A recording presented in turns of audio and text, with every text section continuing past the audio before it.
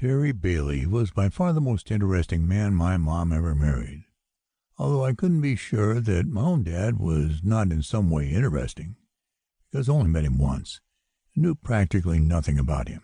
Of course, I didn't know Janie's dad either, since she's almost 5 years older than I am, and he was long gone before I came along.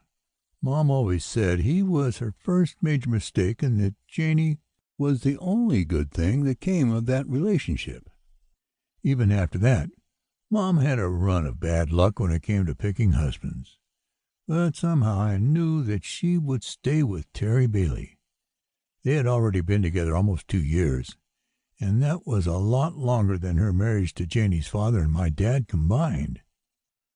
Before Terry came into her life and swept us all up in his crazy dream, we briefly had a stepdad named Wayne Delaney, who we mutually concluded was a selfish bastard who would have much preferred to have just Mom without either of us kids attached as part of the package. He positively hated kids. But even so, he was so good-looking, according to Mom anyway, that he lasted almost a year before she found out he was still sneaking over to see his ex-wife on the side. Without a word, she packed us all up one morning when he was away at work to move us 500 miles from Richmond, Indiana, to her grandma's house, smack in the middle of nowhere in North Mississippi, in the tiny town of Callaway City, with the population of only 800 people, and absolutely nothing fun to do. Janie and I were certain our lives were over. We just knew that death by boredom would release us from our misery in a matter of weeks. That was a bit over 2 years ago when I was just 10. It was only about a month after we got here that my mom met Terry Bailey, Janie's 8th grade history teacher, and from that day forward we didn't have time to be bored. Terry turned our lives upside down, introducing us to ideas we had never given any thought to. He challenged everything I had learned about the world prior to meeting him, and at first I hated him because he made Mom get rid of our TV. Terry despised television.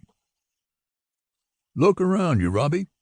They're like a bunch of zombies," he said. "Everyone you see is tuned into the tube while they sit around getting fat like a herd of cows ready to be slaughtered. That TV is the cowboy, rounding them up and moving them out, keeping them in line and telling them what to do, how to do it, what to want, what to wear, how to act, and what to say. People don't think for themselves any more. The first thing you've got to do if you want to really live is blow up that idiot box and go outside and face reality." Mom didn't let him blow it up, but she did let him talk her into giving it to one of our cousins after Grandma passed away. I hated her for that at first, but it wasn't long before I realized I wouldn't have time to watch TV anyway. Terry said we were building a boat, a freaking huge 46-foot sailing boat called a catamaran, and we were going to leave before the whole country imploded around us and sail to some island somewhere where he said we were going to live, like natives, and go spearfishing and climbing coconut trees. And when we got tired of that place, the wind would blow us wherever we wanted to go next. It did sound kind of fun to me, at least if I didn't ever have to go to school again, like he promised, but I didn't really believe it was going to happen. Nothing I got excited about ever did.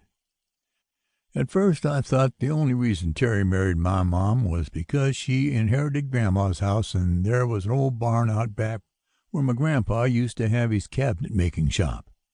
Terry said that barn was big enough to build a boat inside, and it was just what he was looking for.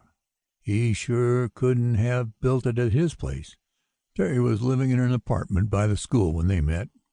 His study area cluttered with boat plans, piles of books about boat building and sailing, and even more books about the islands he talked about all the time. His walls were practically papered with nautical charts and pictures of tropical lagoons and beaches. "This country's screwed, I tell you, Robbie. I'll be surprised if it lasts long enough for us to to keep listening to this audiobook. I've left you a link in the description so you can do it at no cost thanks to Audible's 30-day free trial.